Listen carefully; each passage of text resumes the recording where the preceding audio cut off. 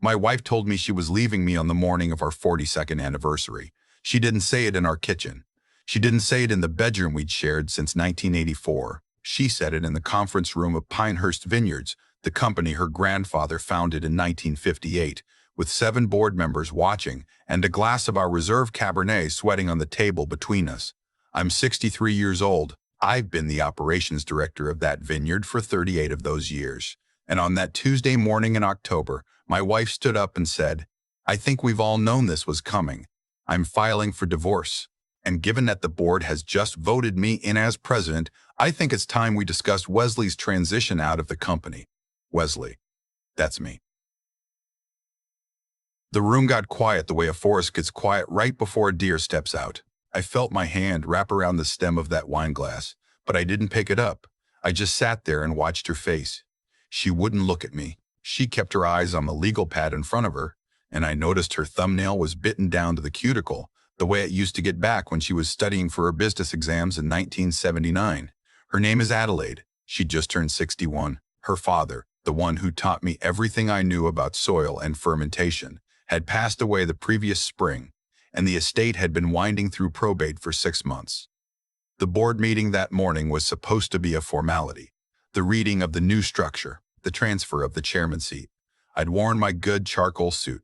I put on the cufflinks she gave me for her 30th. I looked across that long oak table and I smiled.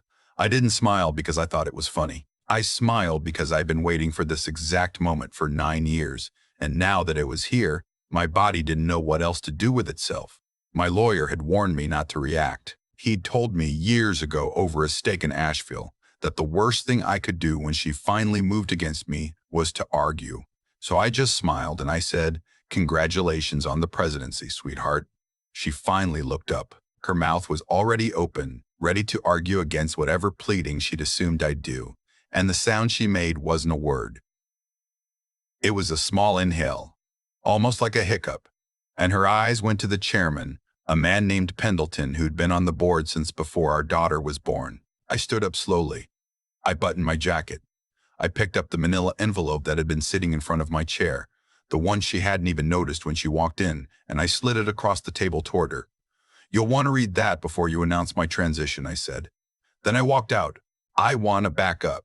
I want you to understand who I was when I met her, because if I just tell you the part about the boardroom, you'll think I was always this calm. I wasn't. I used to be a hot-tempered son of a tobacco farmer from eastern North Carolina, the kind of boy who'd get into fistfights at dance halls and quote Hemingway like he understood him. I met Adelaide in 1981 at a wine-tasting symposium at the University of Virginia.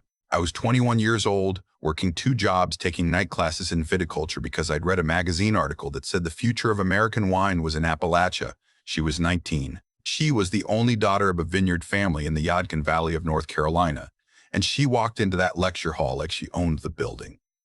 She did, in a way. Her father had endowed the chair that was teaching the seminar. I cornered her by the coffee urn during the break and told her I thought her family's 1978 vintage was overrated. She laughed at me. She told me I had a wide mouth for a boy who couldn't afford his own wine glass. We argued about tannins for 45 minutes. By the end of the day, she'd given me her address. By the end of the year, I dropped out of 2 of my classes and moved into a shotgun apartment in Winston-Salem so I could see her on weekends. Her father, a man named Thurston, didn't like me at first. I was poor. My family raised tobacco and pigs. I had a stutter when I was nervous, which was always when I was around him. But I worked hard. I showed up at the vineyard on Saturday mornings before sunrise, and I learned every job the property had. I cleaned tanks. I drove tractors. I hand-pruned vines in February when the wind off the ridge would cut through 3 layers of flannel. By the time Adelaide and I got married in the summer of 1984, Thurston had stopped calling me the boy and started calling me son. He's the one who taught me to smile when something hurt. He told me once, standing out in the South Block at dusk, that a vineyard rewards patience. He said anybody could plant a vine. The trick was waiting for it to mean something. He died in March of that year I told you about, and at his funeral, Adelaide didn't cry. I noticed that. Her brother cried. Her aunts cried.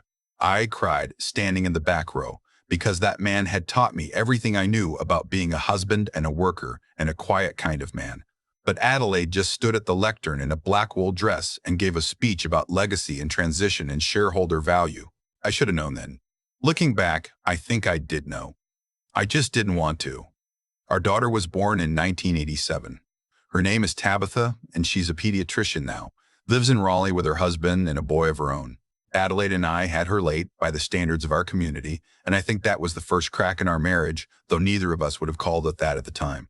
Adelaide didn't want children. She wanted boards and conferences and her name on the masthead of Wine Spectator. I wanted children. I wanted a porch and a dog and somebody to teach how to taste oak. We compromised on one. Tabitha grew up running through the rows of Cabernet Franc, and she loved that vineyard the way I did, but Adelaide always treated her like a project. The years went by. I built that vineyard into something. I'm not bragging when I say that. I'm telling you the truth. When I started, Pinehurst was making 40,000 cases a year and breaking even. By 2015, we were making 220,000 cases, exporting to 9 countries. And I'd personally negotiated the distribution contracts with every major restaurant group from Charleston to Chicago. Adelaide was the face of it. She did the magazine covers and the awards dinners. I did the work, and 9 years before that boardroom morning, I figured out what was coming. It was a small thing.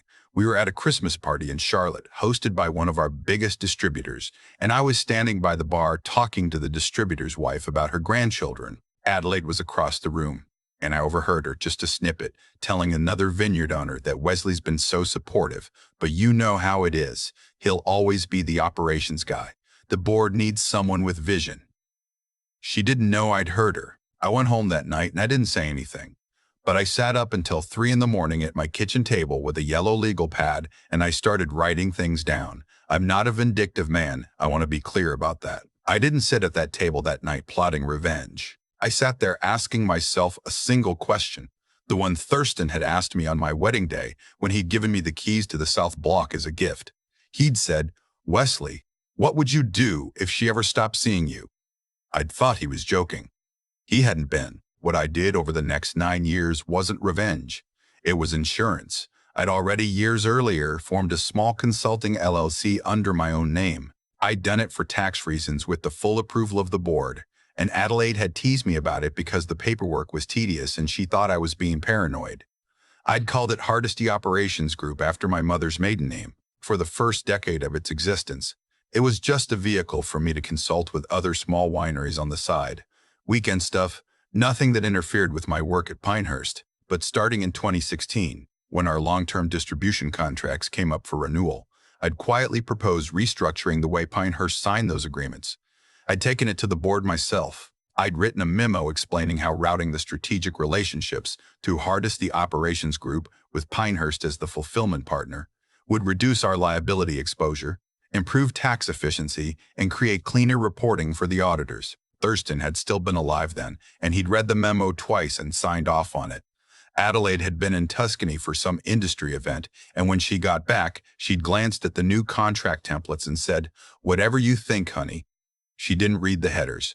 She never did. She trusted me to handle the boring parts. Over the next 9 years, every major contract that came up for renewal, I quietly restructured.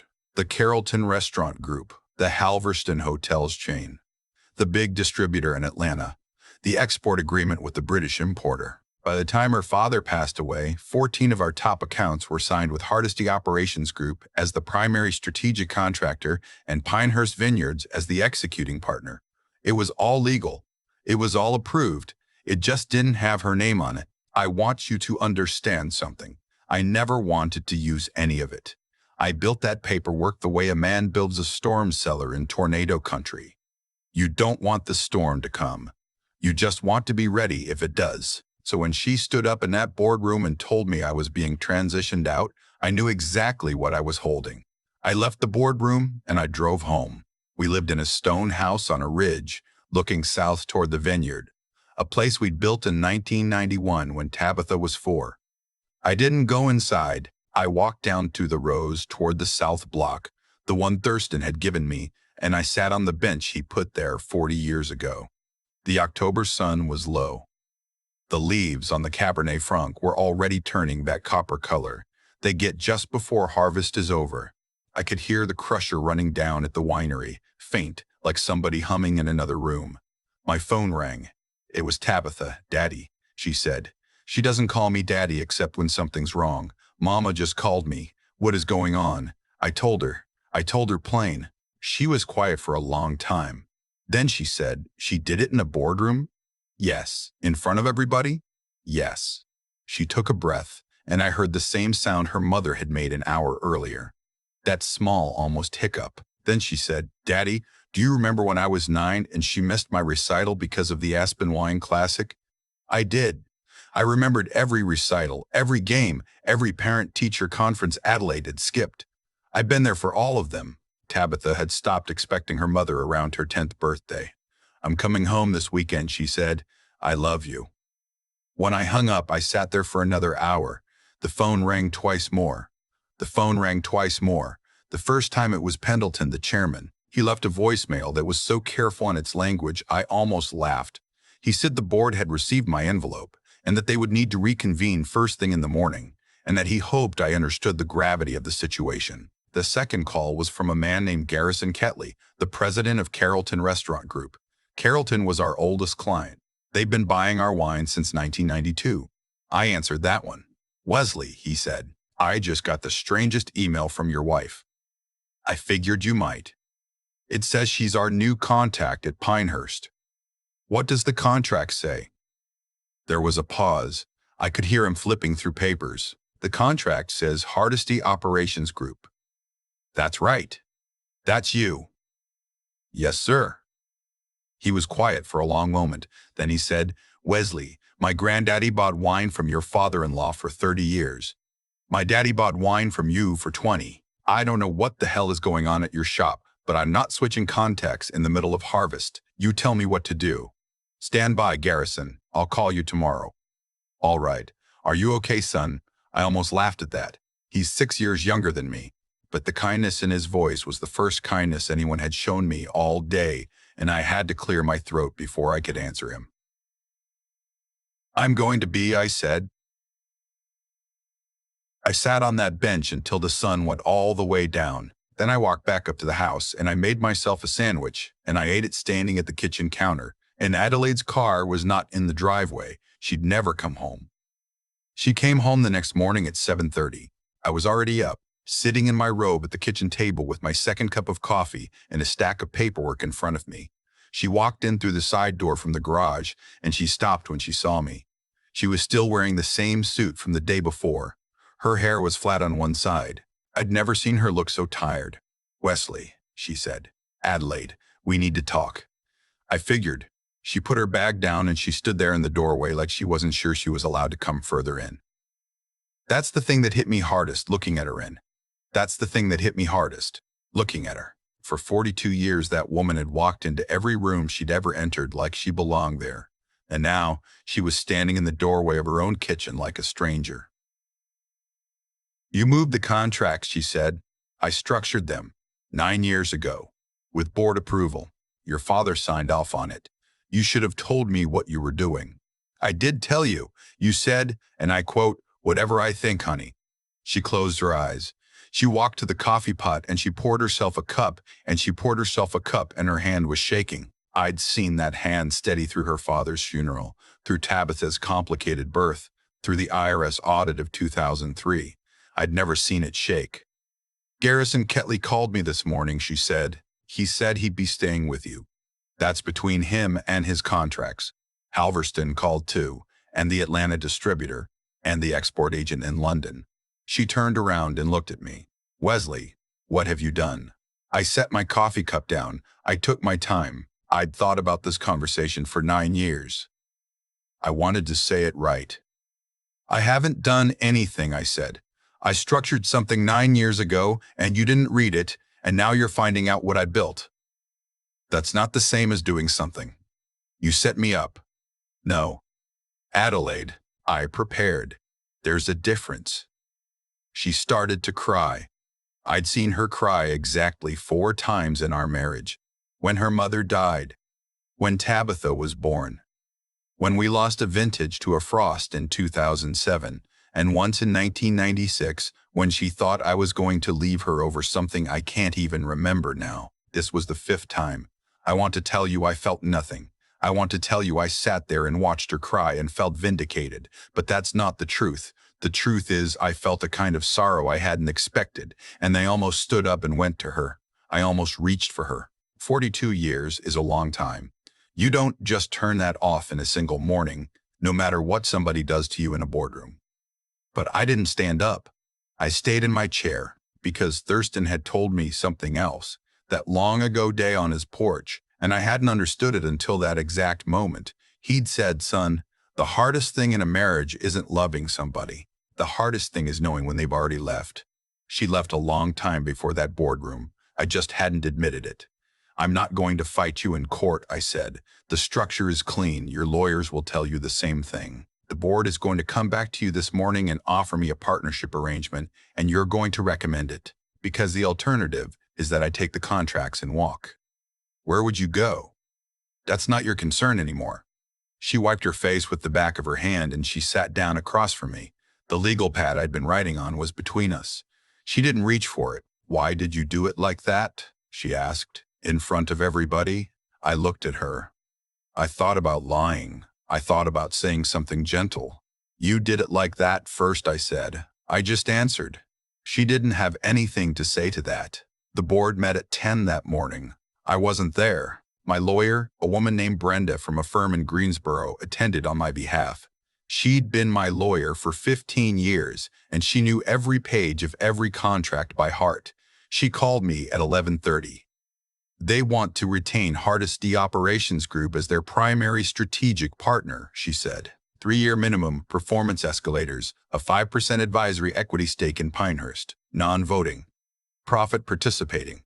What did Adelaide say? She voted against it. And they told her to vote again. I stood at my window looking down at the South Block. The crew was out, hand-picking the last of the Petit Verdot. I'd hired most of those men myself. I knew their kids' names. "Tell them I'll consider it," I said, "and tell them I want a meeting with Pendleton alone tomorrow morning. Wesley." She paused. "They're also going to offer you the presidency." I almost dropped the phone. "What?" "Pendleton wants Adelaide moved to a marketing role. He's been thinking about it for a year, apparently. He thinks you should run the company." I stood there a long time without speaking. Brenda waited. "She's a good lawyer. She knows when to wait." "I don't want it," I finally said. "Wesley, are you sure? I don't want to run a company that only respects me when I threaten it. They'll come back at you with a better offer. Let them. I'm still going to say no." I hung up and I drove down to the winery and I walked through the crush pad like I'd done 5,000 times before. The smell of the must was thick and sweet, a smell I love more than any cologne or coffee or anything else on this earth. I greeted the crew. I tasted from a tank that had just finished primary fermentation. I made notes in the same leather notebook I'd been using since 1989, and I felt, for the first time in 9 years, that I was no longer waiting for anything.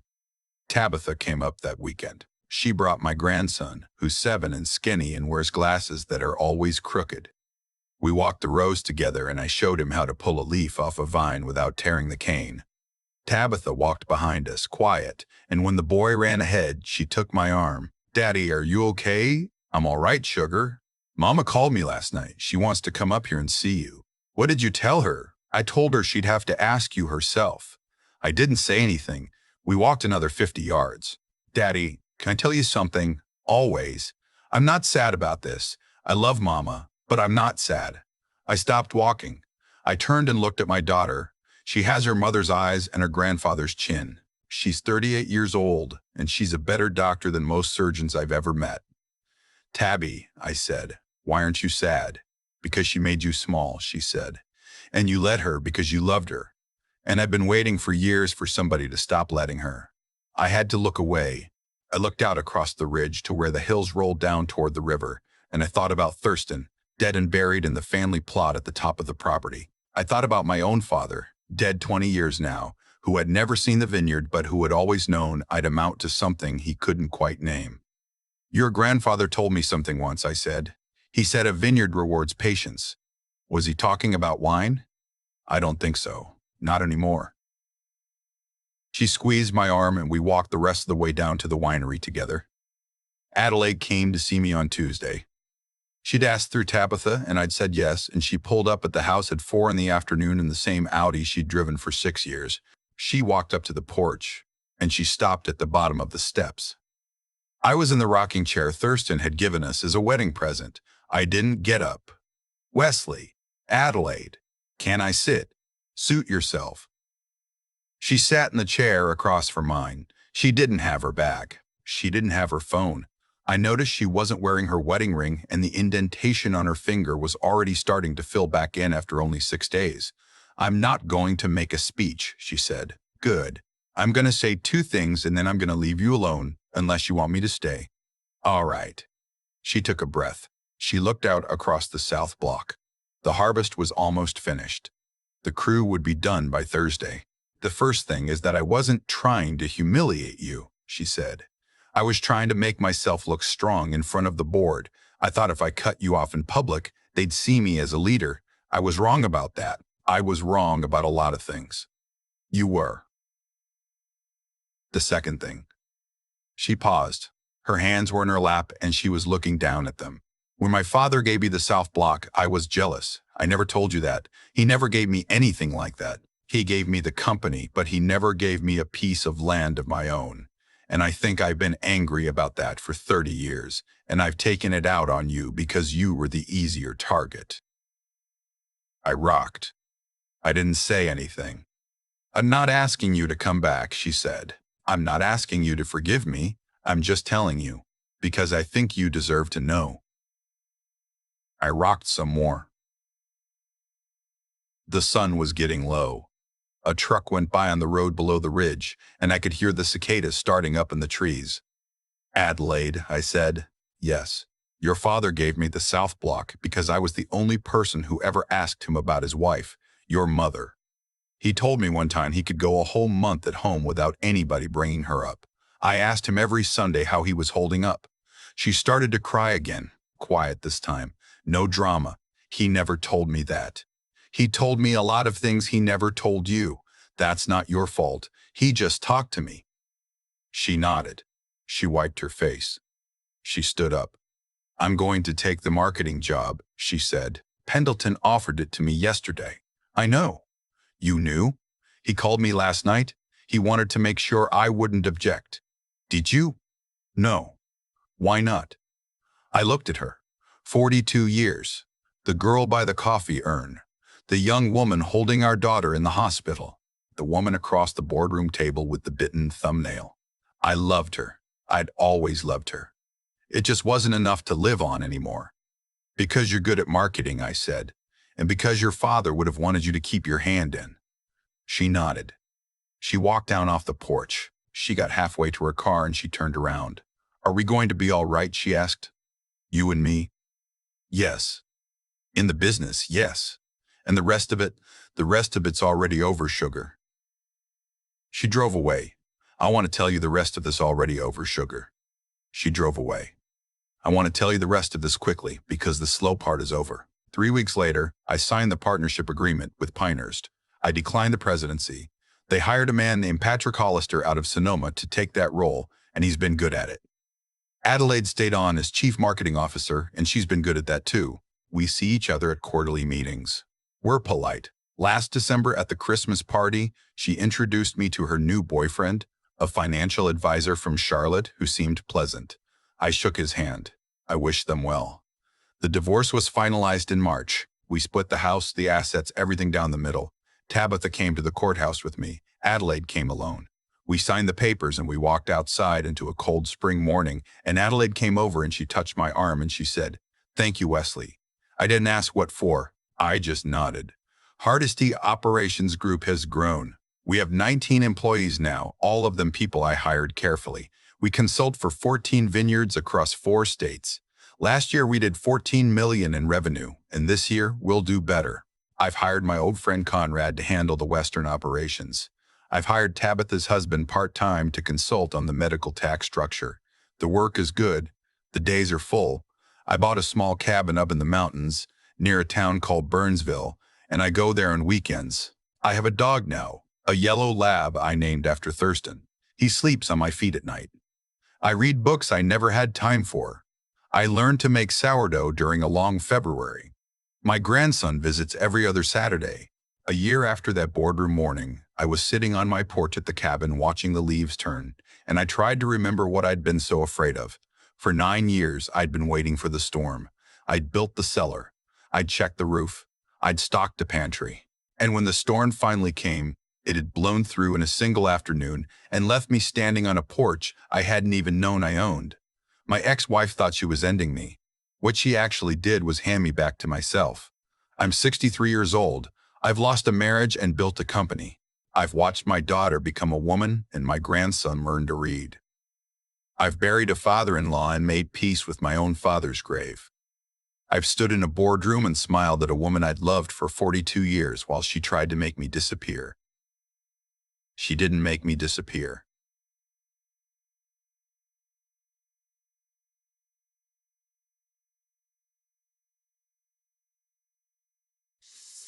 I just stopped letting her decide where I stood. If you're watching this and you've ever been the one in the room who did the work but never got the credit, the one who built it and watched somebody else cut the ribbon, the one who waited and waited for somebody to see you and finally figured out they never would, I want to tell you something. Don't burn the building down. Don't make a scene. Don't write the angry letter. Just build the cellar, quietly, year after year. And when the storm comes, walk down into it like you'd been expecting it all along, because you had. If this story meant something to you, leave a comment below and tell me where you're watching from. Tell me about the storm cellar you've been building. I read every one.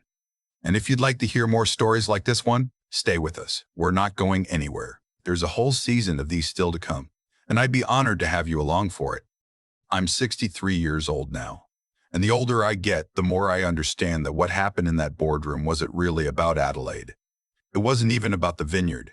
It was about a slow accumulation of small moments, stretched across 42 years and the choices I made inside each one of them. The morning my wife stood up and tried to cut me out, she didn't create that moment. She just lit the match. The wood had been drying for years. Every time I'd let her take credit for a contract I'd written. Every time I'd skipped a recital because she said the Aspen show mattered more. Every time I'd heard her describe me as her operations guy at a dinner party and laughed it off instead of saying what I actually was. Cause and effect, we don't get to skip that part of being human. The way we let people treat us teaches them how to treat us, and one day the bill comes due. But I want to tell you something I've been thinking about a lot lately, sitting on my porch with that yellow lab at my feet. The reason I survived that morning wasn't because I was clever. Plenty of clever men get destroyed by the people they love.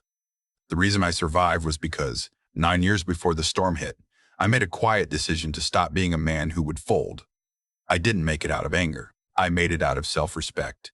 There's a difference between revenge and preparation, and the difference is whether you're acting out of hate or out of dignity. That's the part I want any man or woman watching this to understand. Building a storm cellar is not a betrayal. Knowing your own worth is not a sin against your marriage or your job or your family. The day you start writing things down on a yellow legal pad is the day you stop disappearing. And the people in your life who panic when you stop disappearing, those are the people who are counting on your disappearance all along. Thurston taught me on a porch in 1984 that a vineyard rewards patience. I thought he meant the wine. He didn't. He meant the man. He meant that whatever you build with your own two hands, slowly, without bragging about it, will outlast the people who try to take credit for it. Adelaide spent 42 years standing in the spotlight. I spent 42 years in the soil. When the lights went out, the soil was still there. If you're watching this and you've been told you'll always be the support, the helper, the steady one in the background, hear me. You don't have to make a scene. You don't have to fight in front of anyone. You just have to be honest with yourself about what you've built, and then have the courage to pick it up and walk out the door when the time comes. Honor your own labor. Sharpen your mind, and keep showing up year after year, even when no one's looking. Especially when no one's looking. That's where the foundation gets poured.